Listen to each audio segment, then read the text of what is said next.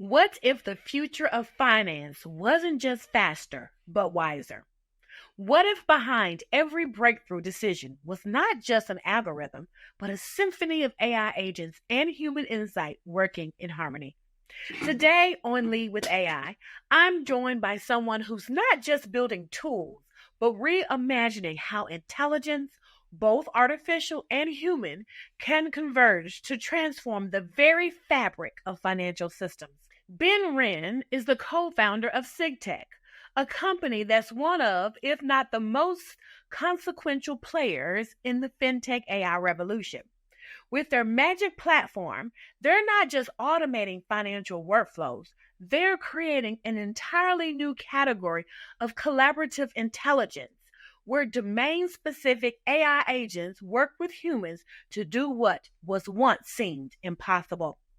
From equity analysis and macro research to custom built agents that think and learn, SigTech is taking the financial world from hours and days to minutes and seconds. But what sets Ben apart isn't just his tech mastery, it's his depth. He's a builder, yes, but also a philosopher at heart. One who's exploring the profound intersections of AI, human purpose, and even spirituality. So if you're curious about the future of work, the future of money, or even the future of meaning in an age of machines, this episode is for you. Step into the mind of someone reshaping the world behind the scenes. Let's get into it. Welcome to Lead with AI. I'm Dr. Tamara Nall. In each episode, we will take you behind the scenes with visionary leaders shaping the future of AI across public and private sectors. Join us as we explore groundbreaking projects and innovations that are transforming industries and making a real impact on people's lives. Let's dive in. So, hi everyone. My name is Dr. T. I'm host of the Lead with AI podcast, and today I'm excited about my conversation with Ben Wren. Ben, welcome. How are you? I'm very well. Thank you, Tamara. Very good to be here. Amazing. And that background is awesome as well. So beautiful. So, Ben, before we dive into the power of SigTech and the Magic platform, I love that name, by the way, I want to zoom out a bit because what you're building isn't just about faster workflows or smarter agents. It's about defining how humans and AI collaborate to unlock insight, value, and even purpose. So before we get into the tech, I want to understand more about you, Ben. Who are you at your core? What's your personal journey that brought you to this vision? And how, in terms of elevating human potential, especially in the space as complex as high stakes and finance? Tell us about you. So I'm the founder and CEO of SigTech. I've been working in capital markets in finance for almost exactly 18 years. 18 Wow. years. I started in 2007. But before finance, I was a STEM student, right? I studied computer science, 100% geek, as you would call it. I was a STEM student. I love science. But I think the interesting thing is, as I worked in my career over time, I became more and more interested in like social science. That there was that transformation. I find the people far more interesting. Um, just complex and everything in society is about people. I think one of the best lessons I've learned, actually given to me by a mentor, is very simple. He told me people do business with people. So it's very simple but extremely important. I think that's really become very relevant today as we, in this new era of working with very advanced technologies such as AI. And actually, my company, we're building AI agents that will transcend the concept of a tool, but literally becoming, like your colleagues, your co-workers. Yes. I think we are moving in that direction, and we are moving in that direction at the pace that's simply unprecedented. But no matter what happens, we need to focus on the humanity, the human nature, because at the end of the day, that's what really matters. Exactly, exactly. And so let's get real for a moment. What's the wait? This is possible moment for someone seeing SigTech magic in action for the first time? I think for the first time, when they saw magic and they were blown away, actually almost every single time was when they realized there's a team of AI agents that are collaborating with each other in real time. When they saw like AI agents are doing different things, because they are specialists in different fields, and then they converse with each other, they share information, they work on the problem together, and then literally the response we get is the result of a teamwork. I think when they see that in action in real time, it's a wow moment for most people. Wow. I love that. You have your agent coworkers Yes, that are talking to each other and it's teamwork. that's right. And frankly, they do it at the speed that humans simply cannot achieve. Right. You can have a word day compressed to 30 seconds. That's right. That's right. They're pretty good at it. Yes. Yeah. So if SigTech were a superpower for a hedge fund, what's the thing it lets you do that you couldn't do 5 years ago? I think this is a very important question. So most of our clients are hedge funds and asset managers. So, but if you think about hedge fund as a business, the product of a hedge fund is the fund. But I would say actually the essence of the product of a hedge fund is the investment professionals, the portfolio managers, the traders who manage the capital and deliver the return. They are the product. Now, that's what makes the hedge fund business quite tricky, because it's one of the few industries where the product is literally the people. Right. Right, literally the people, right? Because they for them to scale the production of the product, they hire more portfolio managers, right? Right. That literally is the product. So magic can fundamentally change the nature of the product in quite a few ways. For example, it can change the cost structure of that product.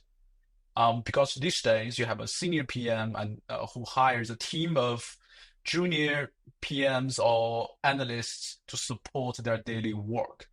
It's very tricky to hire good people and retain them and train them.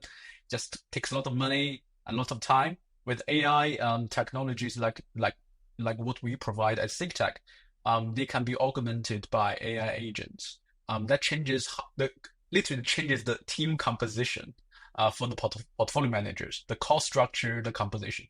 And then also, managing investment is an extremely intellectual process. And also emotions plays a big role in the investment. Right. Sometimes most of the time, emotions are bad for making investments, but once in a while, it can give you some good gut instinct and the intuition. But most of the time, portfolio managers, they spend on a repetitive, not very creative work. Right. And then this can be automated by AI agents. So they can actually spend more time on the more creative, unique insights they have. So we change the way they spend time, and therefore we can potentially change the quality of the output, which is the investment decisions. So magic really can make a huge difference to an asset management business. And just as I was kind of thinking as you were talking, do you envision a world where you have a 1 or 2 person hedge fund with a lot of agents, or a no person hedge fund with agents? Do you envision that, or will there always be some processes that an agent won't be able to do because you need that human touch? I think the way to think about it is maybe today a 10-person hedge fund, which is considered an extremely small one. But in the near future, a 10-person hedge fund can potentially work with the same amount of intellectual firepower of a 100-person hedge fund. Got it. And so a 100-person hedge fund can potentially work at the level of a 500-person hedge fund. You see what I mean? It's like everybody has to upgrade, Yes. because the workforce will be a hybrid of human experts and AI agents. Um, that's how the future will unfold. Ben, I love that answer. And the reason why I love that answer is because so many people are afraid of AI and AI agents, and they think of it in terms of job loss when it really is scalability. So you're a small hedge fund, you only have 10, you're competing against larger ones, but now you're able to scale in a way that you couldn't before. And so now your 10 person can go up to 100, and compete with 100-person hedge fund. So I love that. I absolutely love that. So in terms of how, magic works, or the magic works, how exactly is AI changing how high value but manual workflows are becoming automated? And how is SigTech leading that? I think if you think about the evolution of the technology over the last few decades, one very interesting fact is that actually the labor productivity didn't go up as much as we thought it would. The internet came, the telecom came, 5G came, but in terms of labor productivity, it didn't really see some dramatic uptick. There was some, but not dramatic. I think the reason is the technology we have so far, are tools, and it does create efficiencies, but as long as humans is in the middle making the key decisions, we are the limiting factors. We are limited by our own intellect, our own memory, our own experience. So that's a limiting factor. For the first time, we are able to automate processes which was previously impossible, because to automate something, normally you have to be able to codify it, right? You have to basically verbalize it in a list of instructions, and then we can implement that instructions in some programming language. That's how we do it.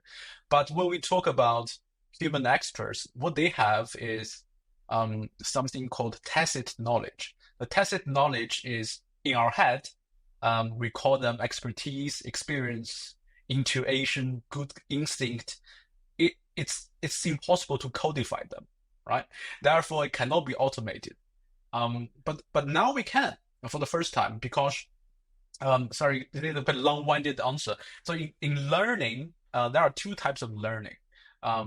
One is called deductive learning, which is we learn the first principles and learn how to apply the first principles to different use cases.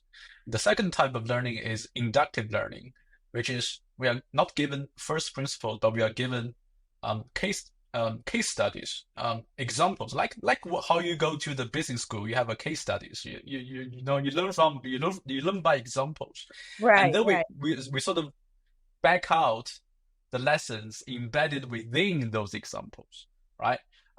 So for the first time, we can use Gen AI to distill that lesson, if we provide it with enough case studies. That's how we can distill human tacit knowledge into AI. That's how we actually automate these intellectual but not very creative processes, because they are very repetitive, right? They are repetitive. We have a lot of examples. So that's how kind of how things have evolved. It's very new, and we're at the beginning of it. But given the sheer amount of knowledge work done around the world, we are looking at something absolutely humongous. And then to that point, like, how did you make something so technical intuitive? So I think the large language models plays a very important role here. Right? The large language model, I think we won't be able to make things technical, very intuitive without a large language model. But the large language model, if you think about it, is the result of incredible training, right? The best large language models is already have the knowledge based on trillions of words of knowledge recorded by humans. So it's like the perfect generalist. So a large language model knows everything from philosophy to history to psychology to math. And then, so based on that good foundation, when we provide something very technical, a new kind of technical input, it will be very good at figuring out what's the intuition to make that happen? So I think it's all possible because we are looking at some unprecedented state-of-art large language models. And in training those LLMs to be intuitive. Absolutely, exactly. Intuitive is, I think, fundamentally a very, it's kind of like a black box-ish inference. And that's exactly what we get from large language models. Yes. So for those of us who are not deep in the world of finance, can you explain how SigTech magic does in a way that even a non-financial analyst could appreciate it? Can you talk about it in those terms? I think in finance, if you think about it, the finance works, the industry is divided into essentially two modalities, right? One is based on text, and the other one is based on numbers. So when you think about finance, really there are two, people don't really, there's no picture or, paintings, but there are numbers and text. And people in finance, in most parts, the responsibilities are divided along those two modalities. There are people who are very good at reading and writing text. They are normally called analysts. They read the government company filings and the presentation. They speak with management. Very good at analyzing text. The other people who are with who are very good at numbers, they are called quants. They are quants and quant developers, quant researchers. They use programming language to analyze data. So traditionally, finance is divided into these two modalities, and we organize the institutions along those two modalities. The SigTech and Magic and just GenAI in general is making a big impact because we are now for the first time be able to build AI agents that is good at both text and numbers. Especially when you're feeding a lot of text and numbers together, it can act as a very competent analyst and quant at the same time. So essentially, you get this two experts in one. Yes, so to amazing. speak, yes. Right?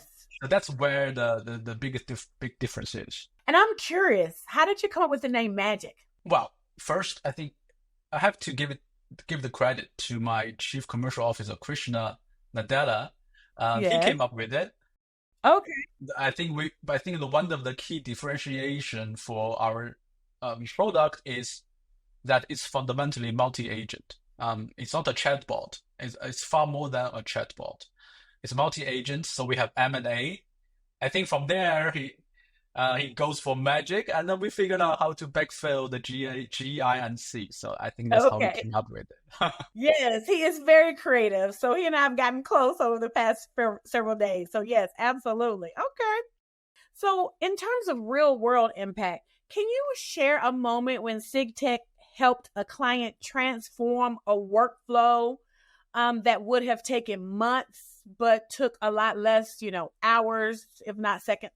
I think currently we are very proud of a few things we have helped with our clients. Yes. The first one is some fundamental analysis of public companies. So some portfolio managers have asked us very tough questions regarding some public companies that requires a human analyst to go back in to read every single published investor relation document going back 15 years. It's about 2 million words. Wow. 2 million words. And then we even calculated that like 2 million words, humans, if you focus, you can read about 200 to 250 words per minute. We actually figured out just to read it takes like weeks. Right. And then, right, then you have to take notes. No sleep, no shower, no food. and the perfect focus, like infinite attention span. Then you have to take notes and the cross-reference across time. It takes weeks. Right. Probably takes weeks. And we build AI agents to essentially analyze these 2 million words of equivalent of documents and created a 30-page report in about 15 minutes. Woo! Wow. 50 years worth of this text in 15 minutes. in 15 minutes, which would normally take a team maybe weeks to figure it out. It's like, so that's very impressive. The other thing is we work with commercial banks to transform their commercial loan underwriting processes. It's similar that like when a private business apply for a loan, you have to understand their business, right? This business can be anything. Can be anything really. There are so many interesting businesses in the world. And you have Right. to understand what this business is about, what kind of competitors they have, be able to make good decisions. That takes a lot of time and resources from the human experts, and we are able to shorten that from days to seconds. Not saying the human experts will have nothing to do, but this allows them to focus on the most important things. For example, meeting the management team of the company, focus on the key issues identified by our AI agents. So it's less about the time spent by the human experts, but more about can we allow them to spend their very precious time on the most important things, the thing that truly matter. Now, I'm going to tell you, so my husband and I bought a house in 2023, and the process took so long. I mean, like weeks, and they were asking me for information they had already asked me for. So I'm going to send that bank to you. Thank so you you. can have a conversation. That's fascinating. Fascinating. That's right. Because frankly, if you upload all your documents once, and the AI agent can, essentially answer questions on your behalf, then they should save you all the time, right? Because Right. when you provide the documents once, and the agents have access to it, and then they will be able to fill the forms, answer questions, or deal with a lot of this stuff just with you kind of checking, making sure that everything is fine. Right. Yeah, that should make a big difference. Yeah, I've experienced something, 2 on the personal side and 1 on the business side, and SigTech Magic could definitely help for sure. Thank you. Absolutely. So I'm actually going to make that introduction. So in terms of thinking about reinventing the industry, I love this question. Do you think that traditional Wall Street playbook is becoming obsolete, and is SigTech writing a new one? This is fascinating because Wall Street finance, it's one of the most human capital intense industries in the world. So the entire industry is built around people doing very important things. For example, think about let's think about the most important thing, which is like, how does the whole industry understand the market? Like, for example, how do investment professionals on a day-to-day basis understand, okay, what does the market price? How is the market priced in? You know what I mean? It's like there are news stories about companies, there are, news story about geopolitics. So the market moves to Even since last night, and the announcement Even last night, all this new information comes and has to be priced into the market. So for any investment professionals, the number one question that they should start with is, how do I know what's priced into the market already? Right? Right. Because especially when a hedge fund trader or portfolio manager, they try to beat the market, they try to do better than the market. Then obviously the first thing they need to understand is, what does the market priced in already, right? Right. And then they can say, okay, this is what the market has priced in, but I agree with most of them, but there's one thing I disagree with. Then that's when they come up with a trade idea, right? It's like because beating the market is betting against the market. So essentially, you are saying that I disagree with the market, right, on this particular thing. So market think it's like this. I think it's something different. Therefore, we disagree. Let's make a bet. See who wins. That's investment, right? That's making investment. Terrifying if you think about it. As someone who started with nothing and has built over, and I'm thinking about my portfolio manager. Sometimes I'm meeting with him. I'm staring at him like, how does he know all of this? This is really scary to put all of that with him. It's very frightening. it's an extremely intellectual and an intense job. So Right. coming back to your question, Tamara, with AI and AI agents, we already talk about how the team composition will change, which means the output of the same number of human experts should go up significantly because now each human is backed by an AI team. So that's make a huge difference. Right. And then I think it should be much faster to produce information and consume information. So the speed at which market can incorporate new information should be faster. And the firm should have a completely new way of working so that they can understand the market very fast so that they can all spend their resources on the thing they disagree with. Right. I Okay? like that. Okay. Right. Today, I Right. think today they probably spend, I don't know, 40%, 30, 40%, or maybe even less time on trying to beat the market. They certainly spend more than half the time trying to understand the market, right? Right. But with AI, I think that understanding the market bit can be reduced to say 20%, so they can actually spend 80% on trying to I love that. disagree. Yeah. And that's a takeaway for finance or other industries as well, using it to try to close the gap to close the gap. I love that. I love that magic. Yes. So what's one outdated practice in finance that SigTech is quietly replacing and nobody's talking about it yet? This is actually very interesting. We literally just talk about it. I think when Yes, people that's true. when people think about AI, they think it's a new technology. They automatically think that they should use AI to find alpha. They would think, oh wow, this is the extra new shiny new toy that I can use to give me some extra alpha. But we keep telling our clients, GenAI is not here to give you alpha per se. Alpha, by definition, means something contrarian, something that's different from the consensus. But if you think about the large language models, it literally is trained on consensus, right? The large language models give you a response word by word, the one most likely word followed by one most likely word. Literally, the large language model give you consensus. Yeah. So the Gen AI is a way for people to understand the market better and faster, not to have a different opinion about the market. That, for now, certainly is the job that the human experts are much better at.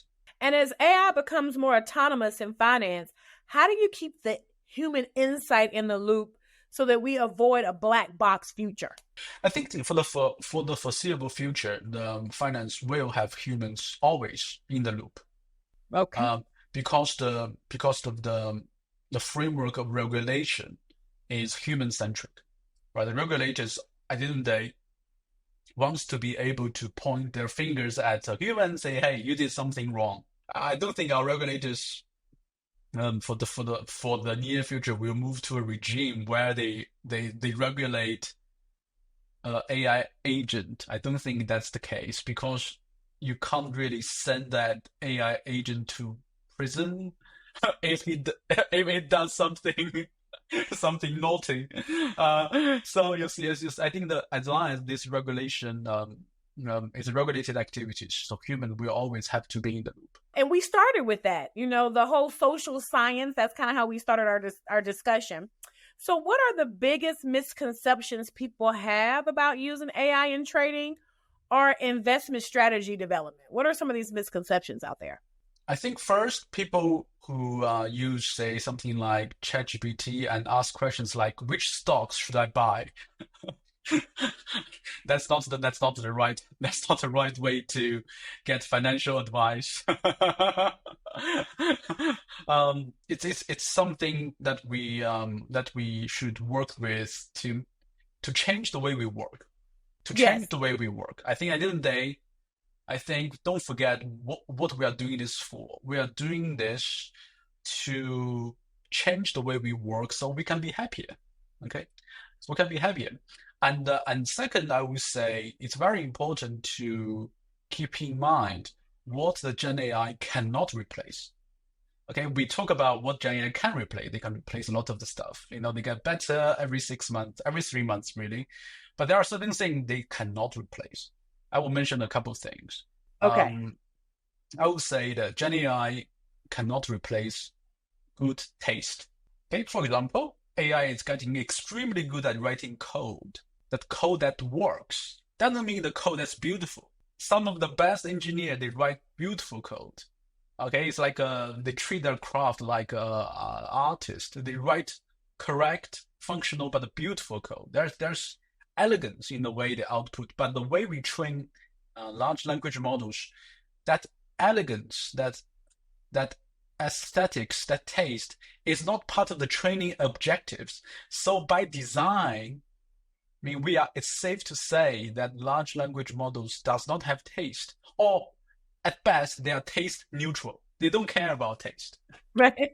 Right? They only care about being correct. So I think that's so AI doesn't have taste. So AI doesn't know what's more beautiful, less beautiful. So that's something that humans, it belongs to humans. Like the soul. You're describing the soul here. That's right. That's so. Yeah. Exactly. So there, even with AI, just say faced with the same problem, you and I can use AI to come up our own solutions, but you can come up with a solution that's more with better taste, more beautiful than mine, And in many circumstances, that actually makes a big difference, even if both work.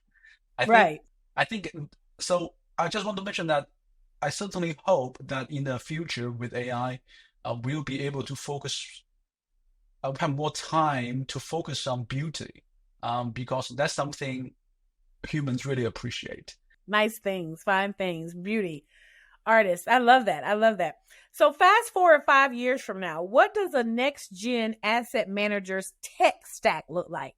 And where does SigTech sit in that ecosystem? I think for asset managers, one of the biggest bottleneck of the business is the technologists.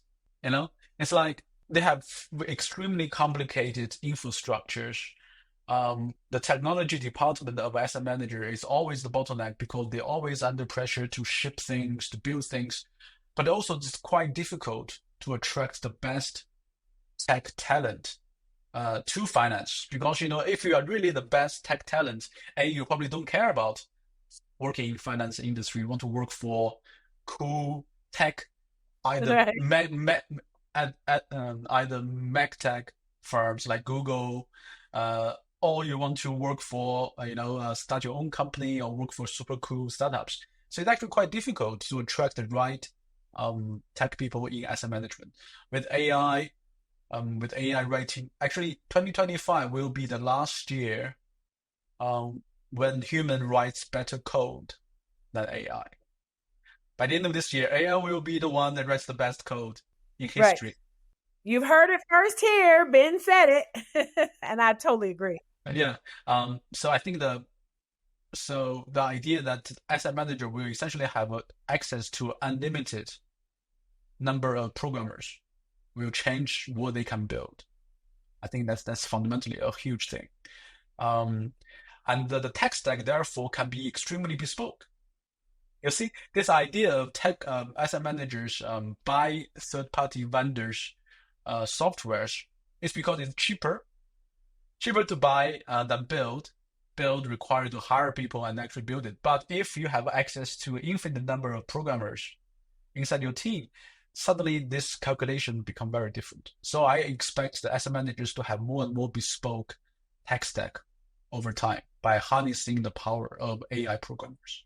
Now, could you see a world where individuals use AI tools like SigTech versus institutions, or are there some doors meant to stay closed? I think individuals, especially the individuals who are very enthusiastic about investing, about learning about financial markets, and want to manage maybe a portion of their own assets themselves, both at the learning exercise, but also something to be good at.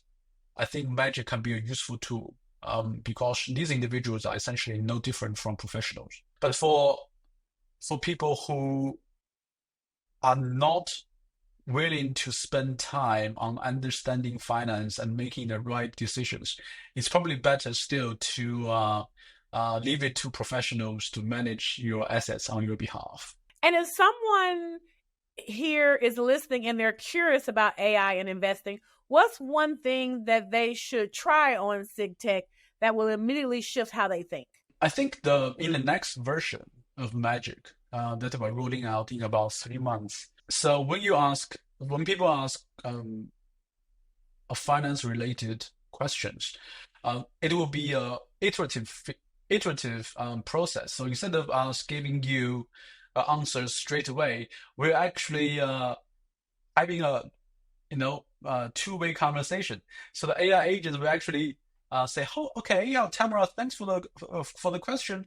This is how I understand it, and therefore this is my plan to tackle this problem, do the research.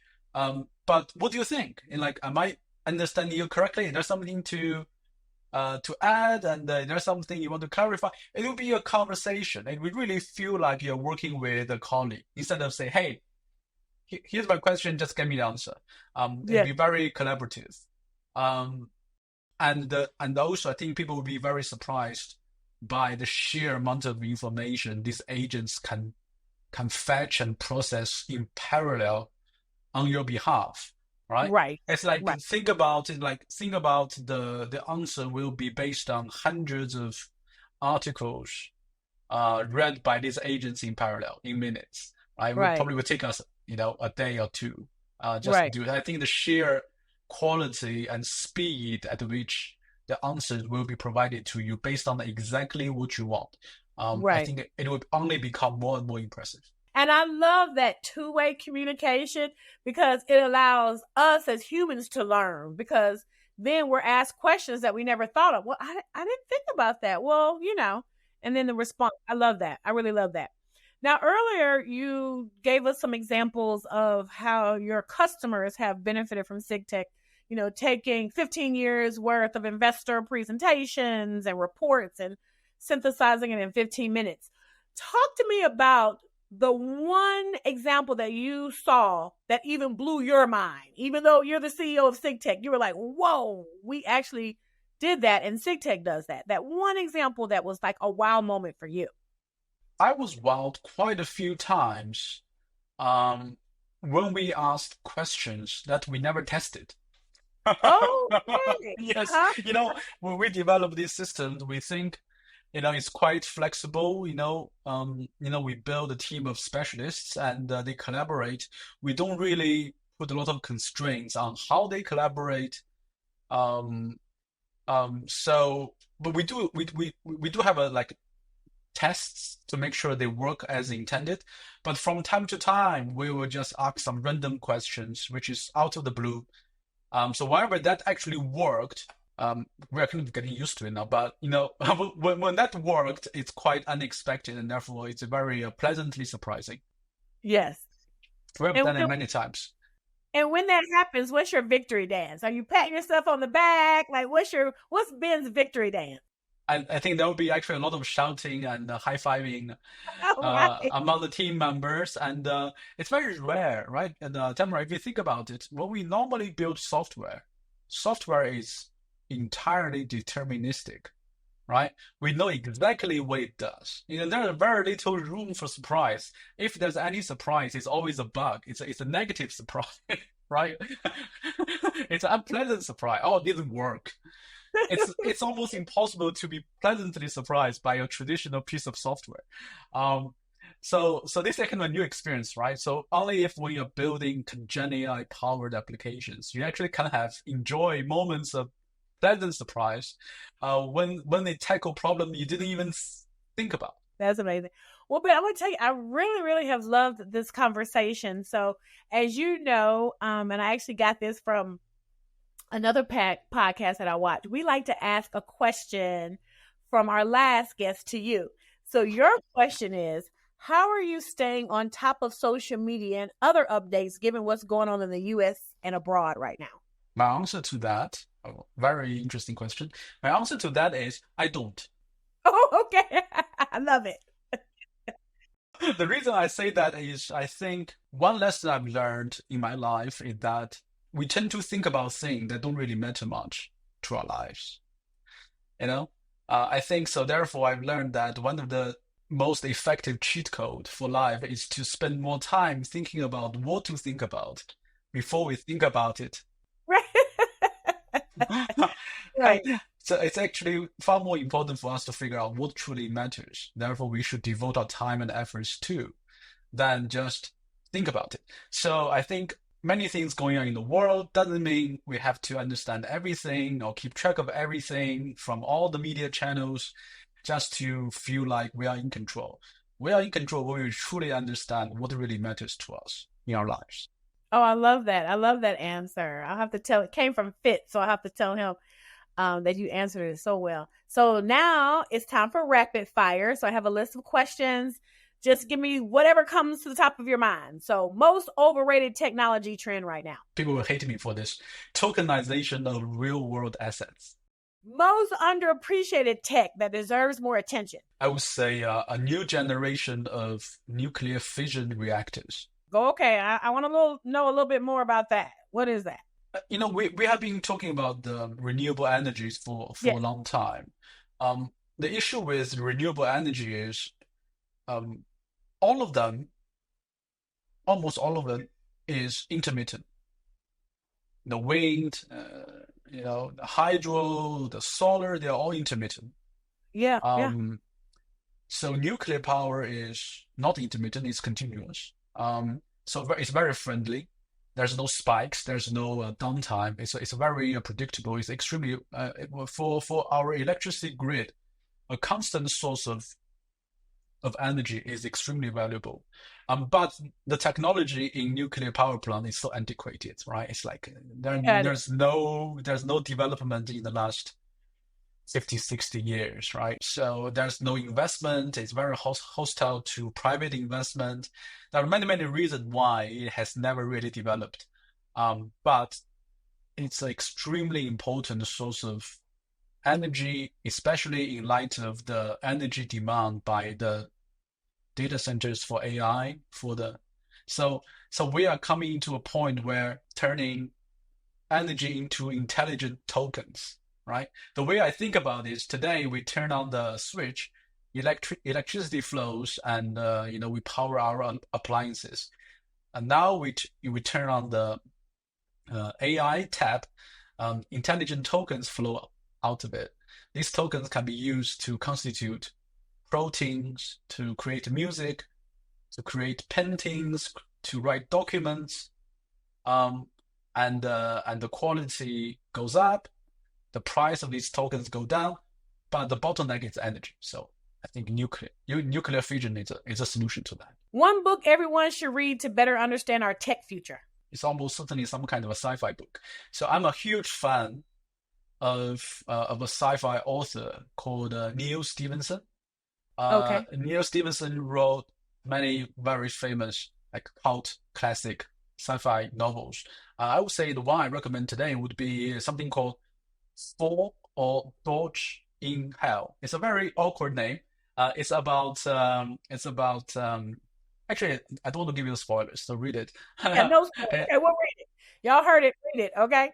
An essential skill everyone needs to develop to thrive in the next decade. Related to what we discussed regarding the nature of the work, I think everyone will become, instead of an individual contributor, will become like a director, working in conjunction with your own team. Each one person will have your own AI team. So therefore, you will be like everybody will be like a director, right? Right.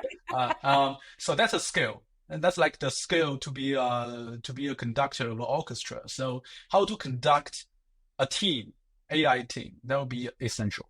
Yes. And a tech you're personally most excited about. You'll be surprised. In my spare time, personally, I'm actually very enthusiastic about analog technologies. For example, I want to understand how to make the best lenses for film cameras, right? Because why? Because no matter what we do in AI or in digital technology, make the best lens. It's all about physics. Yes. It's limited by the physics. So there's something people have done for thousands of years. So this kind of a vintage analog technology, which is not it's kind of out of touch, out of the influence of AI and digital technologies, is something I'm very interested in. Ben, I have so enjoyed this conversation. I started with, okay, we're going to talk about finance and tech and SigTech and magic. And I mean, you dropped a lot of gold nuggets here, talking about like the gaps between AI and humans and how we can bridge the gap, have two-way conversations, the soul of finance.